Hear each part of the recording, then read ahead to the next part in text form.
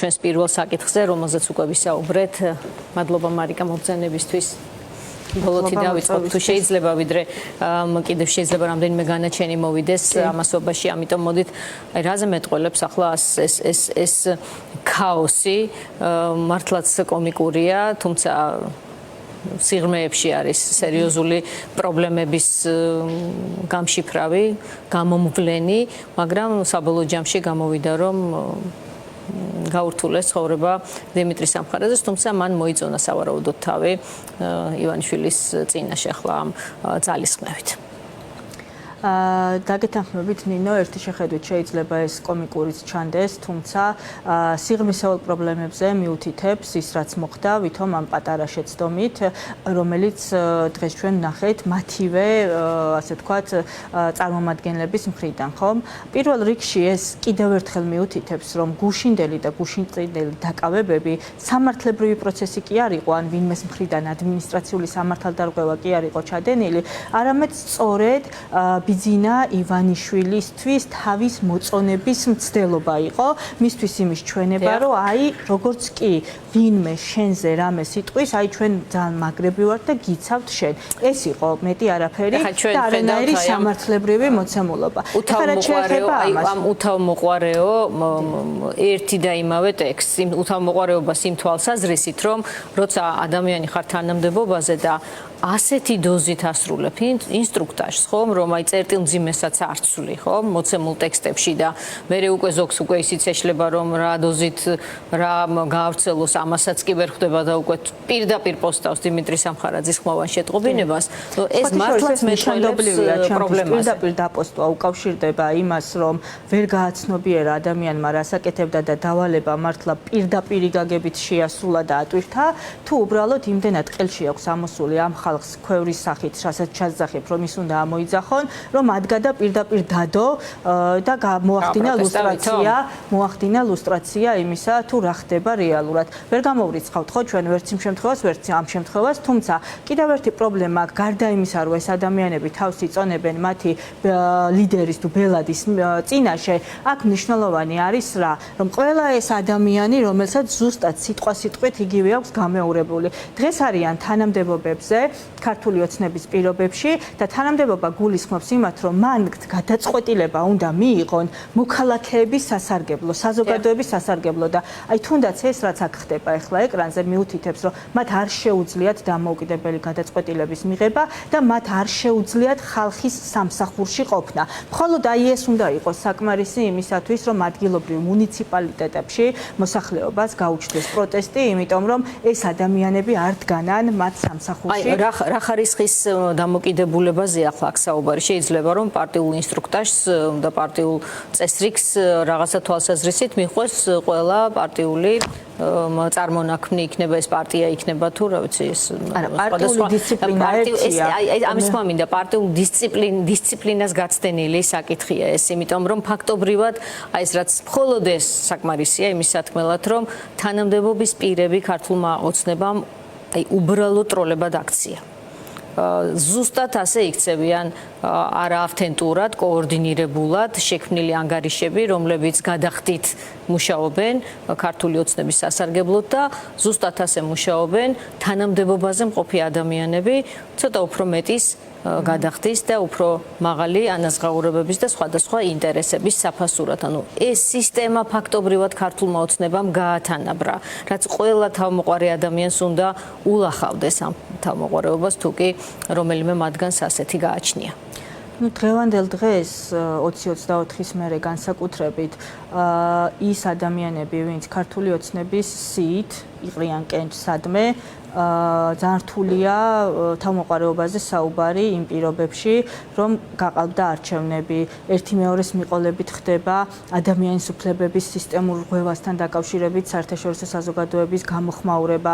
ქვეყანაში არის ისეთი მდგომარეობა, როდესაც ადამიანები უწყლოდ პროტესტში არიან და ვინც არ არიან ფიზიკურად პროტესტში ჩართული, ისინი უკმაყოფილოები არიან და არ სურთ ოცნება მართავდეს ქვეყანას და აი ამ პირობებში რომ კიდე ქართული ოცნების რიგებით ახდენ რაღაცა პოზიციების დაკავებას, ეს უკვე პრობლემაა, ინდივიდუალურ პრობლემას გულისხმობ და პრობლემა ზოგადად ქართული ოცნება არის მთელი ქვეყნისთვის. ასევე იცით რა შეა საქმე, ისეთი ადამიანები, აი რომლებსაც შეუძლიათ ანალიტიკური აზროვნება, გადაწყვეტილებების მიღება, დამოუკიდებლობა, ქვეყნის სასარგებლო ნაბიჯის გადადგმა ქართული ოცნების რიგებში არ შედიან.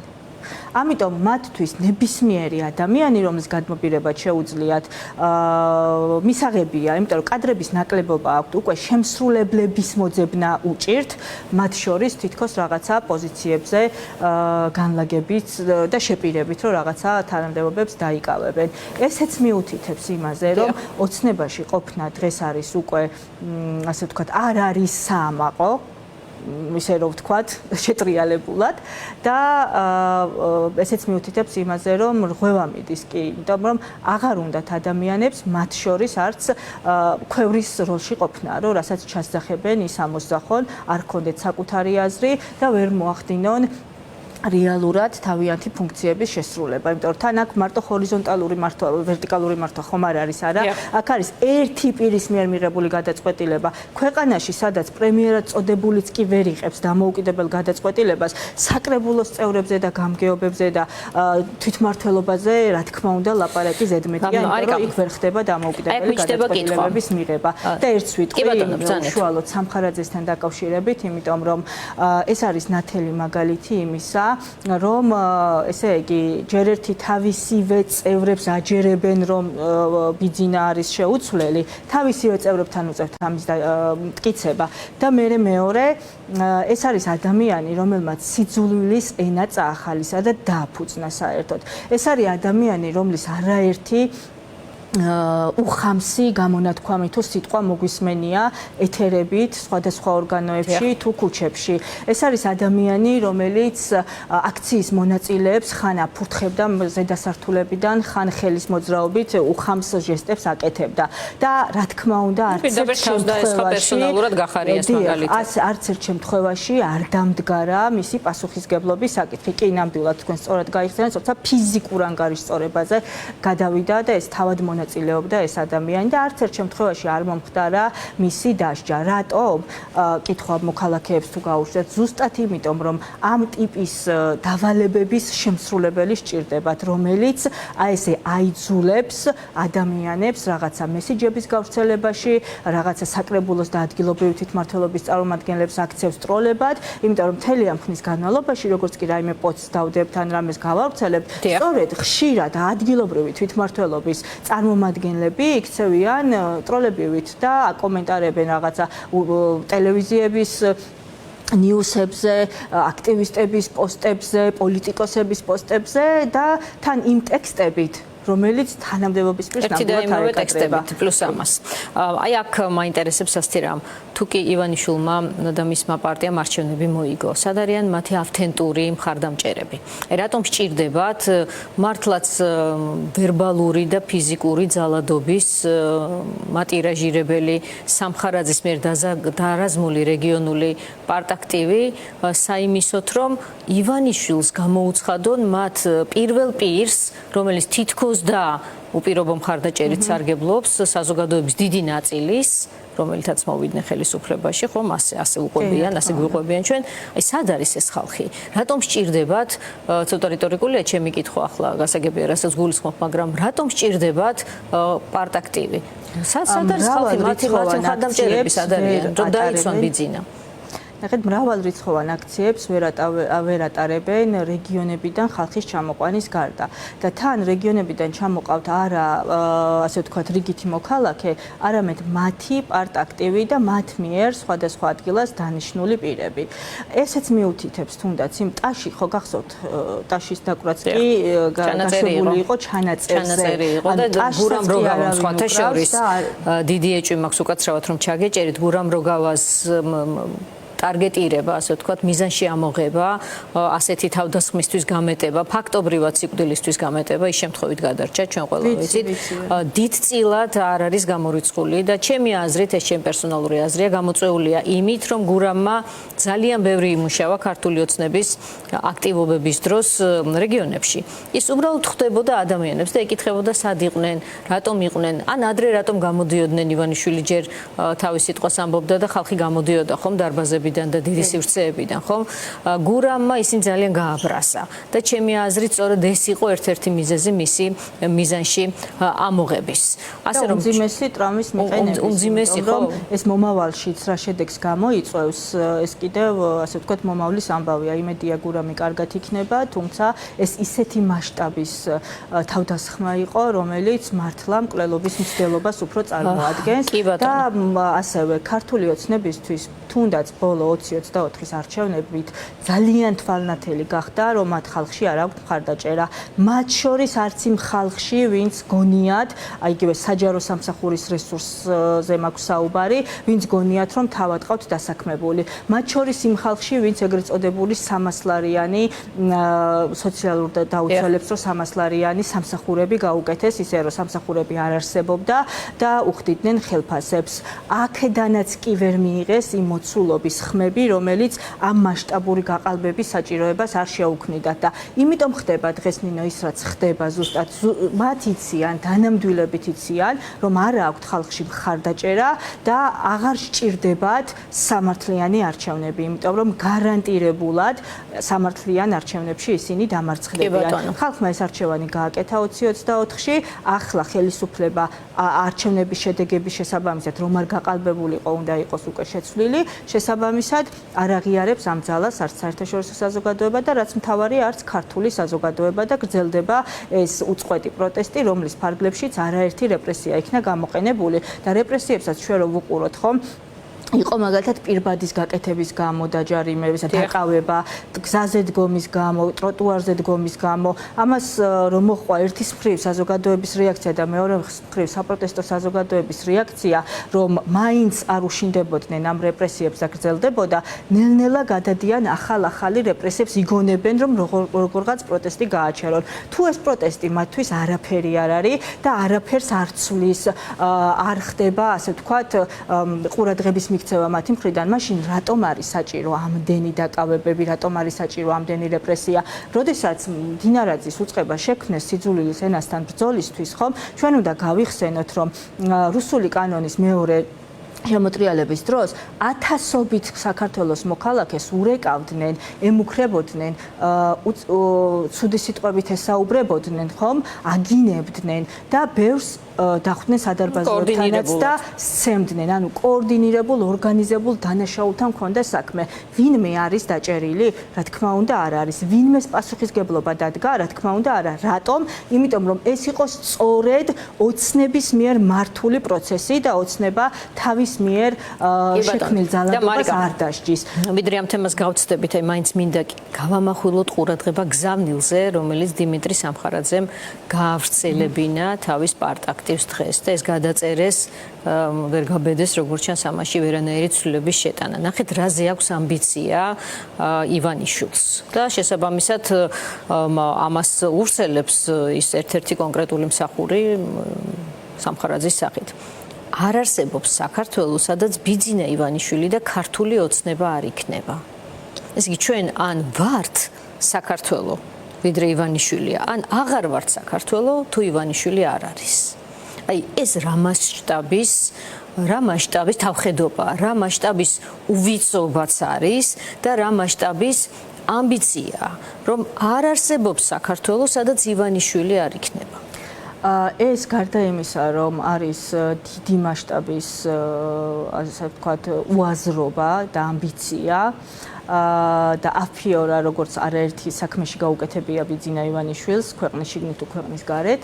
ასევე ეს არის, ასე ვთქვათ, პროპაგანდა. იმიტომ რომ ეს არის ერთ-ერთი რუსული პროპაგანდის გავრცელება საქართველოში, რომ ხალხი დააჯერონ თითქოს და ვიღაცა ერთი პიროვნების არსებობაზეა ქვეყანა მიმყნული. საქართველო არსებობდა არათუ ბიძინა ივანიშვილის, არამედ ჩვენი გმირების და მართლა ღირებული ადამიანების არსებობამდე და არსებობს მათი გარდაცვალების შემდგომაც. ვინ არის ბიძინა ივანიშვილი, რომ მასზე უნდა იყოს ქვეყანა მიღული? რა თქმა უნდა, ეს არის აბსურდი და ამ აბსურდის არ სჯერა საქართველოს მოსახლეობას, ოპოზიციურ განწყობილებას. თვითონ როგორ ჯერათ, ეს არის საინტერესო. თვითონაც არ ჯერათ. რამდენმა დადო ეს პოსტი, ნახეთ, ის ხო დიმიტრი სამხარაძე ამას დაუგზავნიდა არა 3 და 5 ადამიანს, ან თუნდაცაც თელ საკრებულოებში ჩაუსშვებდა, ხო, ადგილობრივ თვითმმართველობაში, ასობით ადამიანამდე მივიდოდა ეს. რამდენმა გაავრცელა? შეიძლება რაღაც არ ვიცით ჩვენ. ესეც მიუთითებს, მაგრამ რაც ვიცით საკმარისია. საკმაოდ ცოტაა გავრცელებული, რაც მიუთითებს ზუსტად იმაზე, რომ შიგნიდანაც არის უკმაყოფილება და შიგნიდანაც აცნობიერებენ რაღაცას ადამიანები და რაღაცა ასე ვთქვათ, გადარჩენის წერტილი მათთვისაც არსებობს. რა თქმა უნდა, ამას სჭირდება, რომ ქვეყნისთვის ასეთ მნიშვნელოვან დროს მართლა მიიღონ გაბედული გადაწყვეტილება და მართლა იმოქმედონ ქვეყნის ინტერესების სასარგებლოდ. და ბიძინა ივანიშვილი და ქართული ოცნება არის ამ ქვეყნის წარსული. უბრალოდ ამას სჭირდება გაფორმება და ეს უწყვეტი პროტესტი, ხალხის ბრძოლა, პოლიტიკური პარტიების ბრძოლა, საერთაშორისო საზოგადოების გვერდში დგომა და გლობალურ მასშტაბში კიდევ უკრაინის გამარჯვება, ამას ყველაფერს აუცილებლად წერტილს დაუსვავს და დაუსვავს ქართველი ხალხის სასარგებლოდ და საქართველოს. კი ბატონო და მარიკა, გამოხმაურება იმაზეც, რაც ხდება დღეს საქალაქო სასამართლოში, 10-ზე მეტი პირია დაკავებული ხელში თეთრი ფურცლის ჭერისთვის, ან ამ ფურცელზე კონკრეტული წარწერისთვის, სადაც ეწერა ივანიშვილიც არ ყოფილა გვარი ხსენებული ბიძინა და ის სიტყვა, რომელიც ასე აღელვებს მოკლედ დაწყებული პაპუაშვილიდან და ბოჟაძიდან დასრულებული ივანიშვილით. ეს მეტყველებს იმაზე, რა თქმა უნდა, რომ ივანიშვილს სურს ყველაფრის გაქრობა და ყველას დაშინება და აი ეს ფსუსხავ ეფექტს, რასაც ეძახიან ამის გამოწვევა, თუ მაინც უფრო მეტად მეტყველებს იმაზე, რომ რეჟიმი არის დასუსტებული. ვინაიდან რეაგირებს და ასე მწვავედ რეაგირებს ასეთ მართლაც მარტივ საკითხებზე, იმიტომ რომ თუ გუშინ წინ ერთი კაცი იდგა, გუშინ 10 კაცი იდგა, დღეს მეტი იდგება და მეტი წერს კიდევ უფრო სოციალურ ქსელებში. გაიგო ამ ბანერების არსებობის შესახებ, რომელიც შეიძლება და გამბედავი ხალხის შესახებაც, რომელთაგან გუშინ ქონდა ძალიან საინტერესო ერთ-ერთს განცხადება. გუშინ რომ გამოუცხადა სოლიდარობა უკაცრავად გვარი დამავიწყდა თუ შემახსენებენ აუცილებლად ვიტყვი ის ამბობდა რომ ეს საერთოდ არ მომწონს ეს სიტყვა და საერთოდ არ მინდა რომ ვინმე შეურაცხყოფა მივაყენო მაგრამ ეს არის სოლიდარობა რომელიც გუშინ დააკავეს და ამჟამად იმყოფება გორის დროებითი მოთხოვნა დიახ და ეს ელოდება რომელიმე მოსამართლის გადაწყვეტილებას და მან თქვა რომ მე ეს არის უბრალოდ პროტესტი ჩვენ არავის არ გვინდა არც ერთი მსგავსი სიტყვის გამოყენება მათ შორის უპირველესად ვახოსანაიას ჩვენ ყველა თქვენ იცნობთ ვახოს ახლა ჩვენი მაყურებელი შეიძლება ახლოს არ იცნობს, მაგრამ მას არ ჩვევია საერთოდ ყოველდღიურ მოხმარებაში ასეთი ლექსიკონი არ აქვს, მაგრამ ეს გვაიძულა და აიძულა კონკრეტულ პირებს რეჟიმმა. და მით უმეტეს მას შემდეგ, რაც აღმოაჩინა სისუსტე აქტივისტმა, დიგითმა, რომ თურმე რეჟიმი ამაზე რეაგირებს, თურმე ამაზე ბრაზობს, თურმე ამაზე იჩენს ძალიან დიდ ემოციურობას და ამიტომ უფრო და უფრო აჭერს კრიტიკული საზოგადოება ამ მიმართულებით, გამოხატვის თავისუფლების ამ მიმართულებით რეჟიმს. აი, კითხვას დაუბრუნდეთ. სისუსტეა თუ ძალიან გაძლიერების ძალიან დიდი იმედი მაქვს ფუჭიმცდელობა? პირველ რიგში მე ამით მინდოდა დამეწყო საუბარი და კარგია რომ ახსენე მე მინდა აქედან სოლიდარობა გამოუცხადო ვახოსანაიას რომელიც აბსოლუტურად უსაფუძვლოდ ზის ციხეში და არის რეპრესიების მორიგი ასე ვთქვათ რეპრესიის ქვეშ იმიტომ რომ ის პირველი დაკავება არ არის რამდენიმე დღის წინ როდესაც მე ის მოვინახულე იზოლატორში საკმაოდ ხნედ გრძნობს თავს და არაფერი ეტყობა რომ რაიმეთი შესუსტდა მისი ბრძოლა და მისი წინააღმდეგობა რეჟიმის მიმართ, ну გარდა იმისა, რომ როგორც ჟურნალისტის მიმართ ასეთი დარღვევა უფლებების არის უკვე პირდაპირ ხაზგადასმა დემოკრატიაზე. რაც შეეხება თქვენს კითხვას, ეს მიუთითებს რეჟიმის სიძლიერეზე თუ სისუსტეზე, ეს რა თქმა უნდა არის რეჟიმის სისუსტე. პირდაპირი სისუსტე. მას სჭირდება 10-11 დემონსტრანტის დაკავება იმისთვის, რომ ბიძინაზე ვინმე მცუდი არ თქვას. ეს ხო პრევენციულ ხასიათს ატარებს. ჯერ ერთი ეს არა მარტო იმ 10-ს ეხება ამათი გადასახედიდან, არამედ სხვებისთვის ახდენს პრევენციულ ხასიათს. ასევე ასე ვთქვათ, ის ბანერი შინაარს რომ თავი დავანებოთ, ყველა ადამიანს აქვს თავისი გამოხატვის თავისუფლება. მე შეიძლება საერთოდ არ მომწონდეს თქვენი გამოხატვის თავისუფლება, მაგრამ მე დღეს ზუსტად იმიტომ ვიბრძვი და იმიტომ ვიბრძვი დემოკრატიული წესწყობილებისთვის, რომ თქვენ გქონდეთ თქვენი აზრის გამოხატვის საშუალება იმის და მიუხედავად მე ეს მომწონს თუ არ მომწონს, მისაღებია თუ არ არის მისაღები. ეს არის ერთ-ერთი ფუნდამენტური ღირებულება და ფუნდამენტური უფლება დემოკრატიულ სახელმწიფოში, სადაც ადამიანი არის პრივილეგირებული და ადამიანის გარშემო ბრუნავს სისტემა და სისტემა იმისთვის არსებობს ზოგადად, რომ ადამიანებმა იგრძნონ თავი უკეთესად, ხო? და აქ ამ ბანერზე თან საგულისხმოა, რომ საერთოდ არ ეწერა გვარი. ეწერა მხოლოდ სახელი და ესეც კი არის რეჟიმისთვის დამაშინებელი. ნაცალ თეთრი ფურცელი თეთრი ეჭირა უბრალოდ იმ კონტექსტში იყო, სადაც ყველას წარწერა ქონდა. მარიამ მეყანწიშვილს მაგალითად თეთრი ფურცელი ეჭირა. ნახე კი კადრებში, მე როდესაც მე ამას სწავლობდი ამ კადრებს, ნახე ესეთი ზოგ სარიელი ფურცელი ეჭირა და ზოგი ისეთი დააკავეს, რომელსაც ფურცელიც არ ეჭირა. მაგალითად მარინე ნანავას ფურცელიც არ ეჭირა და დღეს ერთ-ერთ სხდომაზე, როდესაც იამელი თაური ყვებოდა რა ხდებოდა და რა არა ადამიანურ პირობებში ყავდათ ის საგარეო ეს გურჯაანის დროებითი მოთავსების იზოლატორში, ყვებოდა ასევე, რომ მთელი გზის განმავლობაში თურმე მარინა ნანავას იმ პატარა მაშინ რა ქვია დაკავების მანქანაში ზედ ედგა პოლიციელი. ამას რა თქმა უნდა აუცილებლად დამაზტებით დავაზუსტებთ და გვექნება შესაბამისი რეაგირება თუ კი ასეც ქონდა ადგილი. ეს ყველაფერი მიუთითებს იმაზე, რომ თვითონ ოცნების წარმომადგენლებს აქვთ ბიძინას შიში.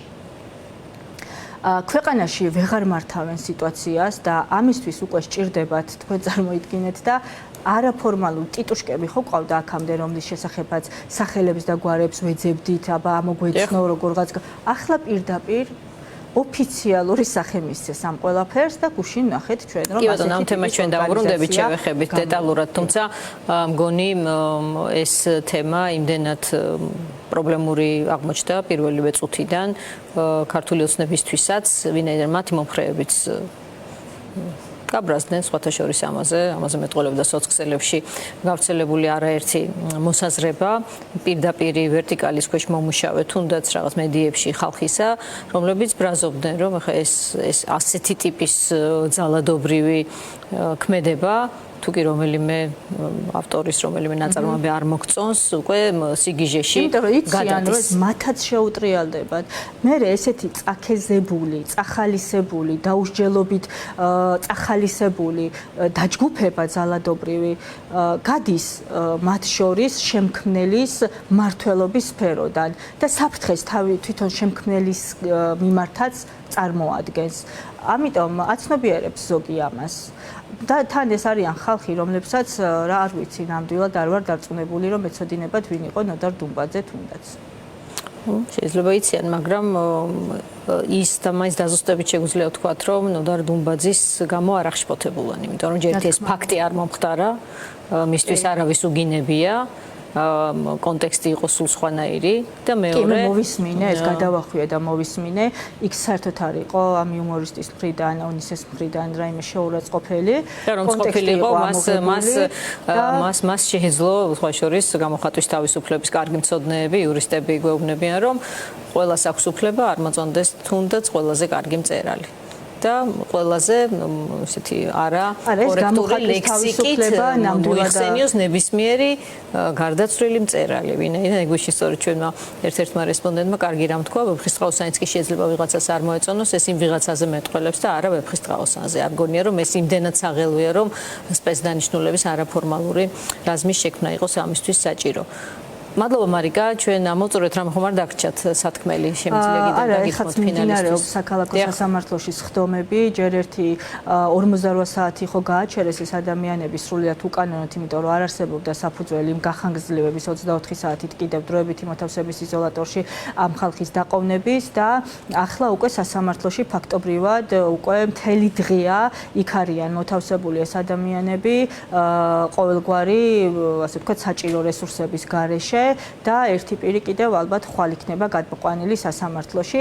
ესეც არის მორიგი აბსურდი, მით უმეტეს რომ მანდატური სამსახური დაუბრუნდა ძველ ჩვეულ საქმიანობას, კონკრეტულად გულისხმობ აქტივისტებზე და მოქალაქეებზე ძალადობას და ეს კადრებიც გავრცელდა თბილისის საქალაქო სასამართლოდან და ეს ყველაფერი მიუთითებს იმას, რომ საგანგაშო მდგომარეობა ქვეყანაში და ეს არ ეხებათ მხოლოდ იმ ადამიანებს, რომლებიც დღეს სამართლებიან რეჟიმის სასამართლოს მხრიდან. ეს ეხება თითოეულ მოქალაქეს, იმიტომ რომ თუ გავიხსენებთ თუნდაც გორში მომხდარა ამბავს, ის ადამიანი, რომელიც ხელბორტილ დადებული რამდენიმე ათეულმა პოლიციამ ერთდროულად სცემა და ფიზიკურად გაუსწორდა ხომ, საერთოდ არ იყო საპროტესტო საქმიანობაში ჩართული. მადლობა მარიკა არევაძეს, კოალიცია ცვლილებისთვის წევრს, რომელიც პასუხობდა ჩვენს შეკითხვებს.